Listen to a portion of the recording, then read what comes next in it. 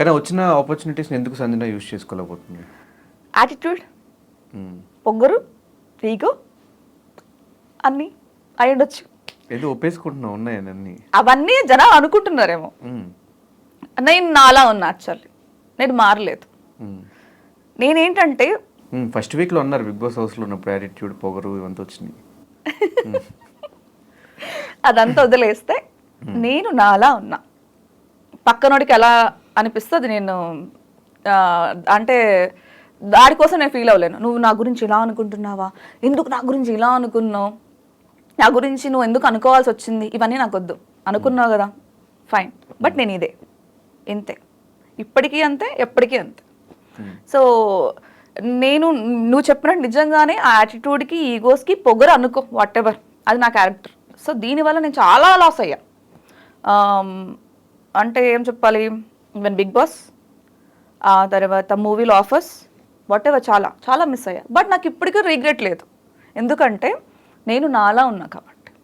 ఇప్పుడు వాళ్ళ కోసం నేను చేంజ్ అయిపోయి అవన్నీ నెరవేరలేదు అనుకో, అప్పుడు నేను బాధపడేదాన్ని. వీళ్ళ కోసం అనవసరంగా ఒక మెట్టు దిగజారి నేను ఏమీ సాధించలేదు అంటే ఆ లైఫ్ మొత్తం ఆ రిగ్రెషన్ ఉండేది నాకు. బట్ ఇప్పుడు నాకు లేదు. వెళ్ళాం వచ్చాం ఫైన్, సక్సెస్ అవ్వలేదు, దానికేం చేస్తాం. అసలు వెళ్ళనోడు చాలా మంది ఉన్నారు, దానికేం చేస్తాం, అవునా కదా. సో అలా ఫీల్ అవుతాను. సో ఈ ఆపర్చునిటీస్ రాకపోవడానికి కూడా రీజన్స్ ఏంటి? అంటే వచ్చిన ఆపర్చునిటీస్ అంతా వెనక్కి వెళ్ళిపోవడానికి అంటే లైక్ నేను ఫస్ట్ మెల్ట్ అవ్వను, బెండ్ అవ్వను. సో వాళ్ళు అడిగింది నువ్వు ఇవ్వట్లేదు అంతే, ఇవ్వను. అది ఆడికి తెలుసు.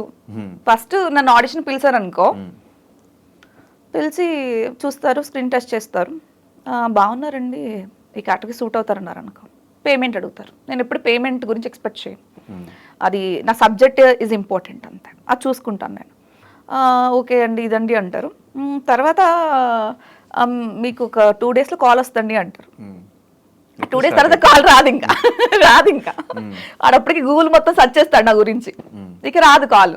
అర్థమైపోద్ది, ఓకే 2 days తర్వాత రాలేదంటే హీ ఎక్స్పెక్టెడ్ సంథింగ్, వాడికి తెలుసు మనం ఇవ్వము. సో ఖచ్చితంగా అటు కాల్ చేయడం. ఇవి కాకుండా ఈ కాస్టింగ్ హౌస్లు కూడా ఉన్నట్టున్నాయి కదా మొత్తం లైఫ్లో. అంటే నేను అందంగా లేనా? ఉన్నా కదా. ఓకే, అప్పుడు అడుగుతారు కదా ఎవరో ఒకళ్ళు, అంతే. ఎన్ని జరుగుంటాయి అట్లాంటి ఎక్స్పీరియన్సెస్? మొత్తం తక్కువే జరిగాయి. పక్కన వాళ్ళ లైఫ్తో కంపేర్ చేస్తే మన నోటికి భయపడి తక్కువే జరిగాయి, అది మాత్రం ఒప్పుకుంటాయా, చాలా తక్కువ. సో చాలా మంది ఇండస్ట్రీకి రావాలంటే కొంచెం భయపడుతుంటారు ఇలాంటివి జరుగుతున్నాయి అని చెప్పేసి. విజయవాడ నుంచి వచ్చి తెలుగమ్మాయిగా ఇండస్ట్రీకి వచ్చేసి ఇవంతా ఫేస్ చేసి కూడా స్టిల్ ఇండస్ట్రీలో ఉంటాను రీజన్ ఏంటి? నా నమ్మకం. పక్కనోడు ఆఫర్ ఇచ్చేది మనం తెచ్చుకోలేమైంది, అదొక్కటే అర్థమవుతుందా నీకు? ఎవడో వస్తాడు, ఏదో చేస్తాడు, ఏదో పిక్కుతాడు, ఇవన్నీ ఎక్స్పెక్ట్ చేయకూడదు నీ లైఫ్లో, గుర్తుపెట్టుకో. ఇప్పుడు నువ్వు యూట్యూబ్ ఛానల్ వెళ్ళావు ఫర్ ఎగ్జాంపుల్, వేరే ఛానల్కి వెళ్ళావు, వాడు ఇవ్వాలా, నువ్వే స్టార్ట్ చేసుకో, నీకు టాలెంట్ ఉంది కదా. సో పక్కనోడు ఆఫర్ ఇవ్వలేదు, నువ్వే సినిమా చేసుకో. నా మైండ్ సెట్ అది. అంటే నువ్వు ఖచ్చితంగా ఈ సినిమాలోనే చేయాలి, ఖచ్చితంగా నీకు కమిట్మెంట్ ఇస్తేనే ఇస్తాడు కాబట్టి బెండ్ అవ్వాలి, ఇవన్నీ మనకు లేదు. నువ్వు ఇవ్వలేదు, నేను చేసుకోగలుగుతా సినిమా, చేసుకున్నా. నాతో పాటు 100 మందికి పని ఇచ్చా, ఇంకో సినిమాకి 100 మందికి పని ఇస్తా. ఇలా కాస్టింగ్ కౌచ్ లేకోకుండా లేడీ డైరెక్టర్, లేడీ ప్రొడ్యూసర్ కాబట్టి కంఫర్టబుల్గా నాతో వచ్చి ఓన్లీ టాలెంట్ చూసుకొని నేను తీసుకోగలుగుతా. సో అలాగా నేను బిల్డ్ చేయగలుగుతున్నా కాబట్టి నాకు ప్రాబ్లం. ఇప్పుడు నన్ను అడగమని ఎవడన్నా, ఇప్పుడు అంద డైరెక్టర్, అంద ప్రొడ్యూసర్, నన్ను అడగమని ఎవడన్నా వచ్చి అడుగుతాడా? అడగరే కదా, అంతే.